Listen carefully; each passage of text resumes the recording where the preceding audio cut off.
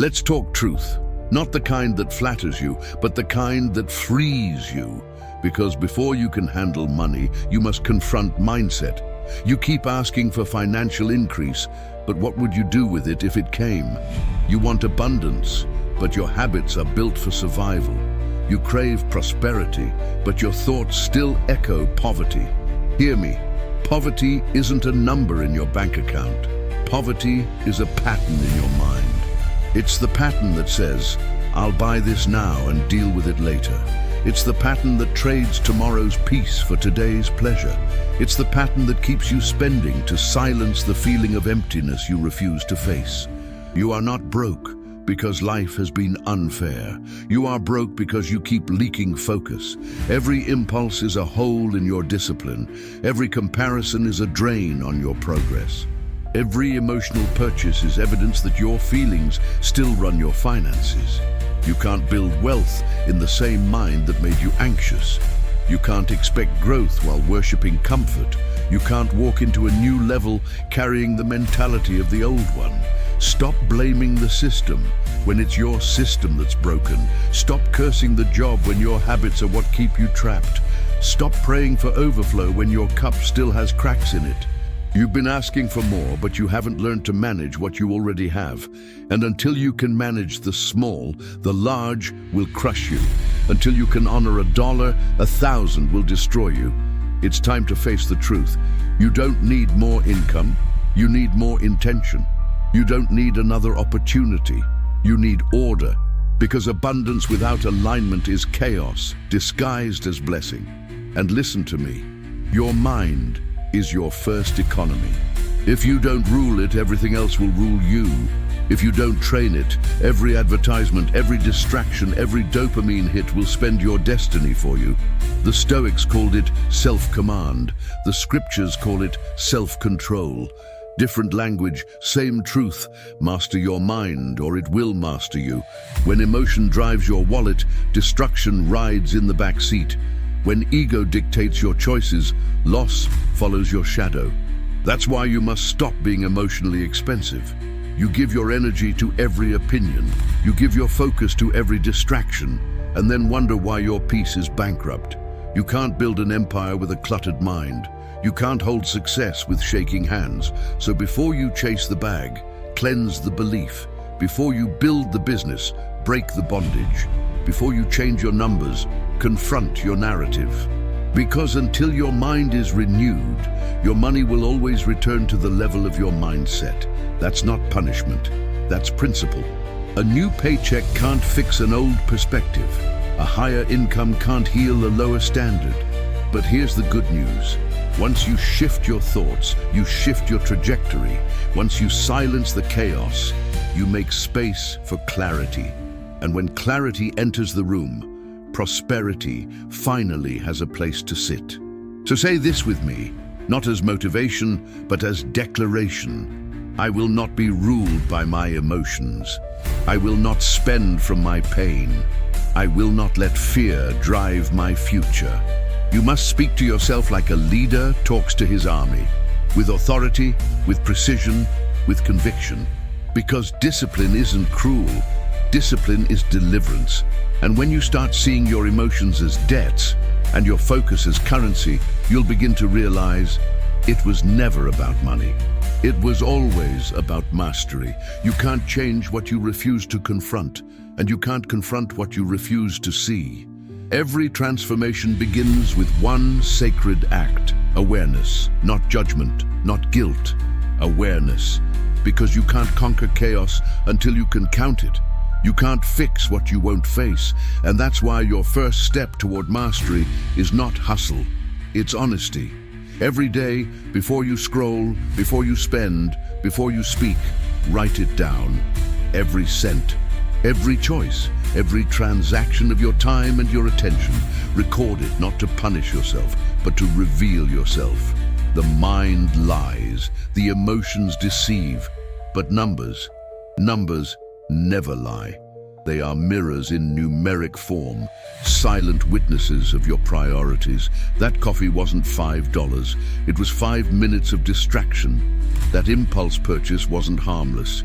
It was a declaration that comfort still commands you. Every dollar has a story. Every habit has a heartbeat. Awareness is your authority, because what you measure, you can master. What you observe, you can organize. What you write down, you begin to rewrite. Listen to me, the act of writing isn't about control, it's about consciousness. When you put pen to paper, you begin to see the hidden leaks in your life. You realize how much peace you spend keeping up appearances, how much purpose you lose chasing distractions that promise joy but deliver debt. It's not about the money. It's about the mindset behind every decision. You spend to escape silence. You buy to hide from stillness. You invest in everything except your own awareness. But today, that cycle breaks. Today, you reclaim your attention as your most sacred currency, because every time you track what you do, you take authority over what used to rule you. The man who writes is the man who wakes. The woman who tracks is the woman who transforms. Because clarity is not a gift, it's a discipline, and the enemy of growth isn't ignorance, it's distraction. As long as you live in reaction, you live in repetition. But when you start paying attention, life starts paying you back. So begin today. Write the truth, even when it hurts. Record the waste, even when it stings. Because awareness will humble you before it heals you. You cannot build a new future on financial amnesia. You must remember where your resources go. Not just your money, but your time, your focus, your strength. Because what you repeat becomes your reflection. It's time to face the data of your destiny. And when you do, you'll start to see a pattern of potential, waiting to be refined by order. Order births overflow. Awareness births alignment, and alignment births authority. Write this down, even in your spirit. My clarity is my crown. Because when you know where every dollar goes, you tell the world that you are in command. The undisciplined live in confusion. The awakened live in calculation. The powerful live in peace. And peace is the reward of awareness. So from this day forward, you are not guessing. You are governing. You are not reacting. You are reigning. Because kings don't count coins. Kings count patterns. And when you see the pattern, you see the prophecy. Your audit is not paperwork, it's preparation. And if you can master this daily discipline, you are not just managing money, you are managing your becoming. Be still. That's the command most people never learn to obey. We live in a world that worships noise, a culture that celebrates exposure over evolution, performance over progress. Everybody wants to be seen, but nobody wants to be silent. And yet all great transformations begin in silence, because silence is not weakness, silence is warfare. It is the sound of strategy being born in the dark. You can't build your next level while trying to prove your worth to people who can't even see your value. You can't plant your seeds in peace while broadcasting your garden to the world. There are some blessings that only bloom in private. Stop announcing what you're building. Start protecting what you're birthing. You keep showing your plans to people who haven't even mastered themselves. You keep giving your blueprints to minds still trapped in mediocrity. And then you wonder why your vision feels fragile, because you exposed it before it was ready to breathe. You don't have to post every step. You don't have to explain every move. You don't owe the world a preview of what's still in progress. Every seed grows best beneath the soil. Every idea matures in obscurity. Every destiny demands a season of hiddenness. The Stoics called it restraint, the sacred art of keeping the inner world protected from the noise of the outer. They understood that power is multiplied through stillness, that the man who can remain calm while the world screams is the one who cannot be controlled. Listen to me. Silence is not the absence of movement, it is the protection of it. Silence is not passivity, it's power under control. Silence is not fear, it's focus. When you speak too soon, you invite sabotage. When you boast too loud, you invite envy. When you reveal too early, you lose momentum. Some of you are tired not because your dream is heavy, but because your mouth keeps leaking your energy. You're exhausted because you keep narrating what you should be nurturing. You can't water your garden and talk about it at the same time. If you really want to rise, learn to be quiet while you climb. Let your progress preach. Let your discipline declare. Let your results roar louder than your voice ever could. Jesus said, "Do not let your left hand know what your right hand is doing." That wasn't just humility, that was strategy. He knew that premature exposure invites unnecessary resistance. The people who move the world rarely announce it, they just move. And when the world finally sees them, it's too late to stop what was already set in motion. Your silence is not emptiness, it's incubation. Your hiddenness is not failure, it's formation. God hides things that are holy, and when He hides you, it's not rejection, it's protection. So stop apologizing for being quiet. Stop explaining why you're focused. Stop defending your solitude. You are not ignoring people. You are investing in purpose. You are not distant. You are developing depth. Because when the time comes, when the fruit finally appears, they won't understand how it happened so fast.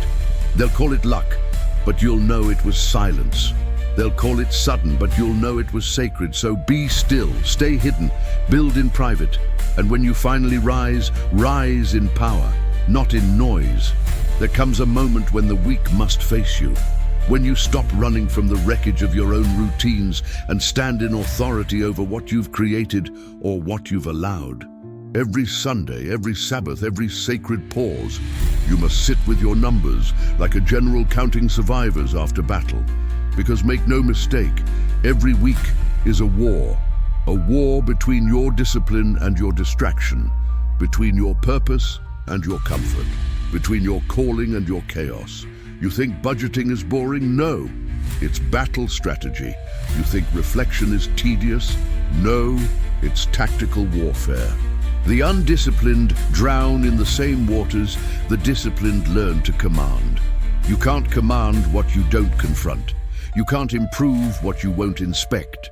You can't lead a future you refuse to review. So sit down, turn off the noise, spread out the evidence of your week, the receipts, the emotions, the reactions, the moments you lost control, and face them like a warrior.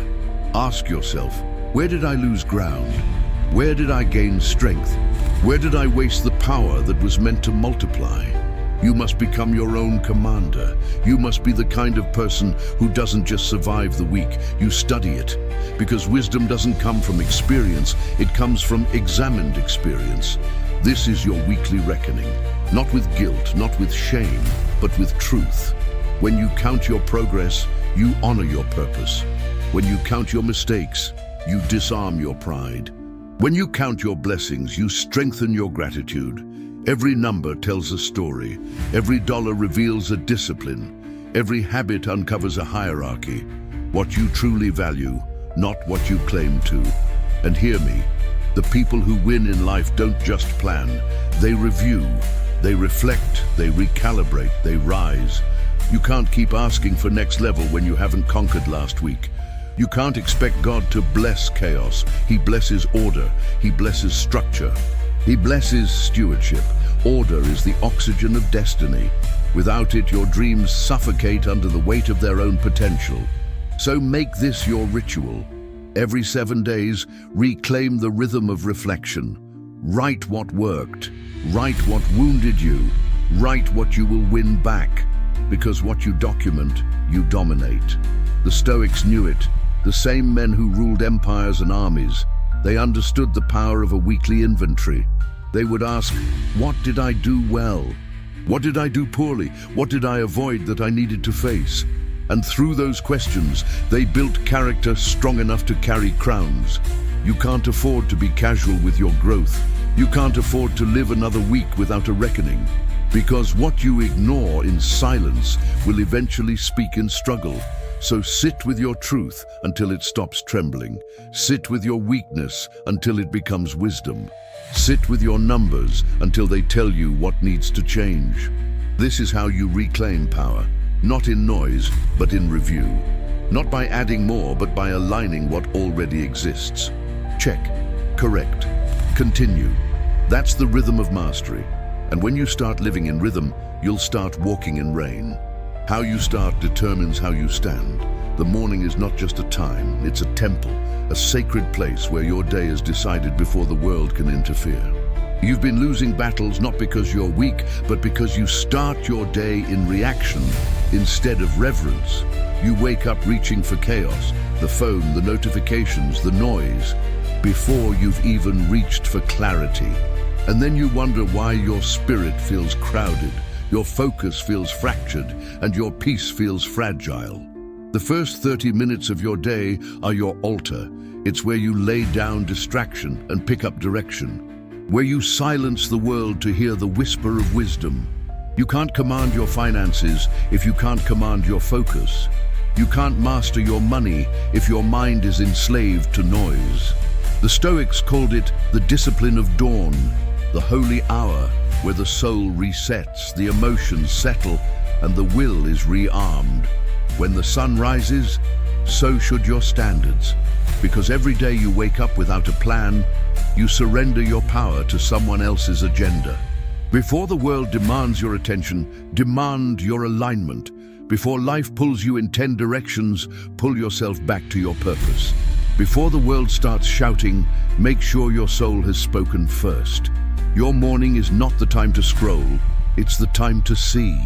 To see what matters, to see what's sacred, to see who you are becoming. This is where you renew your mind, not your feed. This is where you speak life into your goals, not gossip into your spirit. This is where you choose intentionality over impulse every single sunrise. The first 30 minutes decide the next 16 hours, and the next 16 hours decide your next 30 years. That's how much power you're wasting when you give your mornings to mediocrity. You don't need to wake up earlier. You need to wake up aware. You don't need more hours. You need higher habits. Because discipline doesn't require more time. It requires more truth. Stand before your morning like a commander before his troops. Set your mind in order. Speak your focus into existence. Pray, plan, prepare. Not for perfection, but for presence.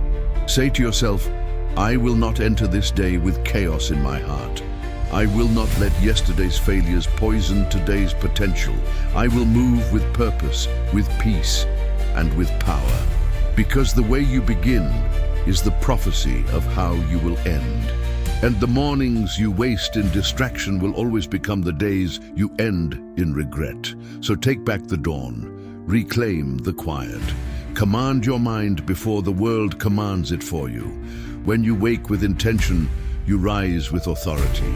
When you rise with authority, you walk in peace. And when you walk in peace, nothing and no one can shake your foundation. This is where transformation truly begins. Not in the noise of the world, but in the stillness of your soul. Your mornings are your foundation. Build them strong, and your future will never crumble. Freedom doesn't begin when you make money. Freedom begins when you learn how not to lose it. Because every act of spending is an act of self-definition. Every choice to buy, to consume, to click, add to cart is a vote for who you believe you are. And too often, you've been voting for the version of you that's still afraid, still empty, still seeking validation through possessions that cannot speak peace into your spirit. Hear me, the most dangerous debt isn't financial, it's emotional. It's the habit of buying from boredom, spending from sadness, consuming to fill a void that only purpose can satisfy. And the antidote is simple, but sacred. Pause. 10 seconds of silence can save you from 10 months of regret. That's it. The pause before the purchase. 10 seconds to breathe, 10 seconds to ask, do I need this? Or do I just need to feel something? 10 seconds to let the noise of impulse fall silent beneath the voice of reason. Because wisdom doesn't shout, it whispers. And you can't hear it if you keep letting your emotions hold the megaphone. Those 10 seconds are not hesitation, they are holy. They are the difference between acting from emptiness and choosing from alignment. between bondage and balance, between the person you've been and the one you're becoming. The Stoics called it mastery of impulse, the power to pause when everything in you wants to react. Because reaction spends your peace faster than your money ever could. Reaction is the thief of wealth. Reaction is the enemy of reason. Reaction is the reason you keep rebuilding the same life you prayed to leave. When you pause, you reclaim sovereignty. When you breathe before you buy, you are saying to your impulses, "You are not my master anymore." You are declaring war against the inner chaos that's been stealing your inheritance. Freedom isn't about earning more, it's about leaking less. Every moment of restraint is a deposit into your future peace. Every time you pause, you are paying yourself in clarity. Every time you say no, you are investing in the version of you that will thank you later. You've been taught to chase wealth, but I'm teaching you to keep it, because it's not what you gain that changes your life. It's what you learn to stop losing. You don't need to buy the thing. You need to become the person who no longer needs the thing. You don't need another purchase. You need another pause, because the moment you master your seconds, you begin to master your story. Don't confuse stillness with stagnation. Restraint is progress in disguise. The pause is not weakness, it's warfare. It's where you take back your power from the unseen forces of impulse and insecurity. Every pause is a prophecy, proof that you have learned to govern what once governed you. And once you govern your reactions, you will begin to govern your results. Because the man who cannot control his impulses will forever work for the man who can. And the woman who cannot pause will always pay the price for speed. So stop rushing. Stop reacting. Stop confusing movement with momentum. The wise don't move faster, they move with focus. The strong don't spend more, they spend with purpose. You don't need to conquer the market, you need to conquer the moment. And it only takes 10 seconds of silence to break a lifetime of self-sabotage. Every pause rewires your pattern. Every pause rewrites your prophecy. So take the pause. Breathe before you buy. And in that moment of stillness, remember this truth: peace is the most expensive thing you'll ever own, and the pause is how you purchase it. Time, the most generous gift and the most misunderstood treasure. Every day you are handed 24 hours, the same wealth given to the wise and to the wasteful alike. But hear me, what separates the ordinary from the exceptional is not talent, not luck, not circumstance. It is how you spend your time. You think money is your currency, but time is your true capital. You can recover a dollar, you cannot resurrect a minute. Every hour you give to distraction is an offering laid at the altar of delay. Every day you let drift by without intention is an inheritance lost in the fog of later. You've been praying for multiplication, but God doesn't multiply what you waste. He multiplies what you manage. He blesses what you budget. He expands what you honor. You must begin to treat every minute like a seed, because the harvest is hidden inside the habit. When you waste time, you waste potential. When you manage time, you manufacture miracles. Ask yourself, where is my time going? Is it feeding my future or financing my failure? Is it building my destiny or renting my distraction? Because every choice is a transaction. You are either spending time or stewarding it. And what you steward, you strengthen. You don't have a shortage of hours. You have a shortage of order. You don't need more time. You need more truth about how you're using it.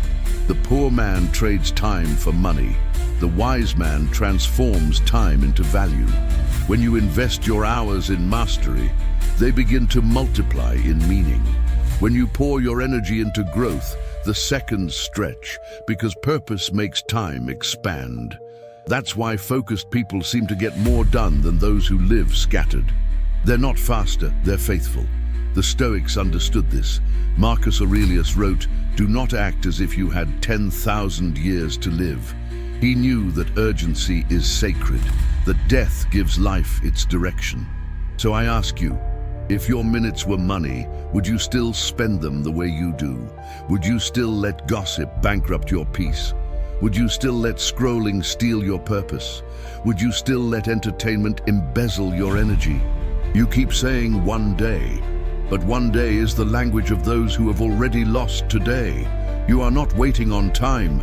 Time is waiting on you, and the longer you delay, the more expensive your destiny becomes. Every second you spend on purpose is a deposit into eternity. Every distraction you entertain is interest owed to regret. You must decide whether your days will be spent or sent. Spent on survival or sent as a strategy toward significance. This is how the wise live. They budget their hours like investors. They plan their days like architects. They build their futures minute by minute, habit by habit, prayer by prayer, because time is the soil of transformation. What you plant in it, you will meet again, in success or in sorrow. So hear me, you don't need to chase time, you need to command it. You need to look at your schedule and say, you will serve my purpose. You need to look at your distractions and say, you will not devour my destiny. You need to look at your excuses and say, you will not steal another sunrise. Guard your time, grow your time, give your time purpose. And when you do, when you start treating your minutes like miracles, you will begin to see what few ever see. That wealth is not what you earn, but what you become while honoring the gift of the present moment. Because the future doesn't arrive by chance, it arrives by choice. And every choice you make with your time is a prophecy of who you will be tomorrow. So stop wasting hours waiting for someday. This moment is sacred. Spend it wisely, and it will multiply beyond measure. You can have gold in your hands and still live poor if your mind remains impoverished. Because the greatest wealth you will ever own is invisible. It's the mind that governs your motion, the vision that shapes your value, the belief that builds your becoming. Money can buy you a house, but only wisdom can make it a home. Money can purchase comfort, but only discipline can protect peace. Money can open doors, but only mindset can teach you which ones to walk through. The invisible investment, that's where true multiplication begins. The world measures wealth by accumulation, but the wise measure it by awareness. Because when your mind expands, your circumstances can no longer contain you. When your vision grows, your environment becomes temporary. That's why the Stoics studied daily, why the prophets retreated often, because revelation is the return on mental investment. When you train your thoughts, you transcend your limits. When you invest in your mind, everything connected to you begins to rise. You want to change your income? Then change your input. Stop feeding your mind with noise and start nourishing it with knowledge. Stop scrolling for stimulation and start studying for transformation. Because the man who reads multiplies what the world thinks has ended. While the world scrolls, you study. While the world complains, you construct. While they rest in comfort, you rise in clarity. You see, the reason most people never grow is that they keep planting seeds in other people's gardens. They invest in entertainment, not enlightenment. They chase excitement, not education. They confuse inspiration with instruction. But when you learn to build your inner world, when you become a student of your own soul, your outer world begins to obey. Your mind is the factory of your future. Every thought is a design. Every idea is a seed. Every reflection is a rehearsal for your next reality. If you neglect that factory, your life will keep producing broken things. But if you fortify it, if you guard it like a vault, you will manufacture miracles. Hear me, the mind is a multiplier. It turns what's little into legacy. It transforms what's ordinary into overflow. It takes scarcity and forges it into strategy. When you renew your mind daily, you turn pain into philosophy, confusion into clarity, and waiting into wisdom. Because everything external bows to what is internal. Everything visible is ruled by what is invisible. That's why you can't just pray for more. you must prepare for more. Because God will never give abundance to a mind that still thinks in shortage. He will never pour increase into a vessel that refuses instruction. So feed your mind, read what stretches you, study what humbles you, reflect on what refines you. Every morning, plant one new thought of discipline. Every night, harvest one lesson of reflection. Because the same mind that created your limitations will one day create your liberation. While others wait to receive, you are learning to become. While others chase validation, you are mastering value. And when you invest in wisdom, you outgrow the need to prove yourself to anyone. You will become unrecognizable, not because you gained more, but because you outgrew who you were. You will walk into rooms that once intimidated you and speak with the calm of someone who knows they belong. Because when your mind multiplies, your presence testifies. And when that happens, when the invisible part of you grows so large that the visible world can no longer ignore it, you will understand why I called this habit the most powerful of them all. This is not just education. This is elevation. Because knowledge isn't information, it's ignition. And when the fire of understanding lights within you, everything you touch begins to multiply. Look at you, still standing, still listening, still hungry. You made it through the silence, through the reflection, through the confrontation of your own chaos. And now you stand on the edge of becoming unrecognizable. Not because you found luck, not because something outside you changed, but because you did. The old version of you, the one ruled by emotion, enslaved to impulse, addicted to approval, is dying right now.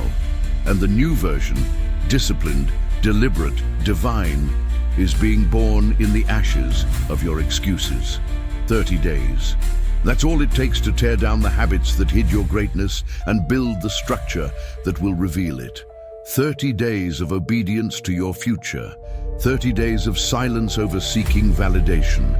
30 days of choosing awareness over avoidance. 30 days of protecting your mornings, pausing before your impulses, honoring your time, and feeding your mind. That's all it takes to rewrite a destiny. But hear me, this is not about becoming better than others. This is about becoming bigger than your former self. This is about standing before the mirror and realizing I am no longer the person I used to tolerate. Because transformation is not an event, it's a declaration. You decide who you will be, and then you prove it with every habit that follows. You're not waiting on motivation anymore. You've built momentum. You're not chasing inspiration anymore. You've created identity. And once you know who you are, nothing external can unmake what's been established within. So take a deep breath. Look back at where you started, the confusion, the clutter, the chaos. And now look at where you stand. Can you feel it? That weight that's been falling off of you piece by piece. It's the sound of transformation. It's the silence of rebirth. You've learned the truth. Money doesn't make you powerful. Mastery does. Success doesn't make you significant. Stewardship does. Recognition doesn't make you real. Resilience does. You are not who you were. And thank God you are not yet who you will be. But you are walking toward it with order, with discipline, with authority. Every morning you rise, you step into a higher dimension of yourself. Every decision you make is a sermon your future self will preach. Every act of restraint is a prophecy fulfilled. You will walk differently now. You will speak differently now. Because once the mind expands, it can never shrink back into its old shape. You're becoming unrecognizable, not to impress, but to inspire. Not to appear successful, but to live significant. Not to chase wealth, but to embody wisdom. So when you wake up tomorrow and the same distractions come knocking, remember this moment. Remember who you've decided to become. And if the world asks what happened to you, you tell them, I stopped waiting for change, I became it. Because the wealthiest version of you isn't measured by digits or possessions. It's measured by discipline, peace, and purpose. And that version is rising right now. This is your moment, your rebirth. Your proof that the smallest habits done in silence build the loudest transformation. So comment it, declare it, write it as a vow in your spirit. I choose to become unrecognizable, not someday, not when it's easy, not when the timing feels right, but now, because the world won't recognize what God has been building in private until it's too powerful to be ignored. And when that day comes, they'll look at you and say, "Who are you?" And you'll smile and answer, "I'm the result of 30 days of discipline and a lifetime of becoming." Listen to me, because this is the moment you've been moving toward. Everything you've heard, every truth that hit your spirit, every silence that made you confront your reflection, it was all preparation for this. The world will not see what happened here tonight. They won't hear the battles you fought in your own mind. They won't feel the tears you swallowed in silence, but heaven will, and history will, because you are about to become the proof that change doesn't begin with chance. It begins with choice. You don't have to shout it. You don't have to post it. You don't have to explain it. Just walk it out. Walk it out in discipline. Walk it out in silence. Walk it out in strength. And watch as the same people who once doubted you will have to sit front row to your transformation. This isn't hype. This is harvest. This isn't motivation. This is manifestation. This isn't another video to inspire you. This is an invitation to rise. So as this message ends, your new beginning begins. Don't just listen, live it. Don't just believe, become. Because 30 days from now, the mirror won't recognize you. And when that moment comes, you'll realize it was never about the money. It was never about the status. It was about the becoming. So if this word reached your heart, if something in your spirit shifted while you listened, I want you to testify right now. Drop it in the comments and declare it with power. I choose to become unrecognizable. Say it for your future. Say it for your peace. Say it for the version of you that refused to give up. Because what you've started here cannot stay here. You've been awakened, and once the awakened rise, nothing can put them back to sleep.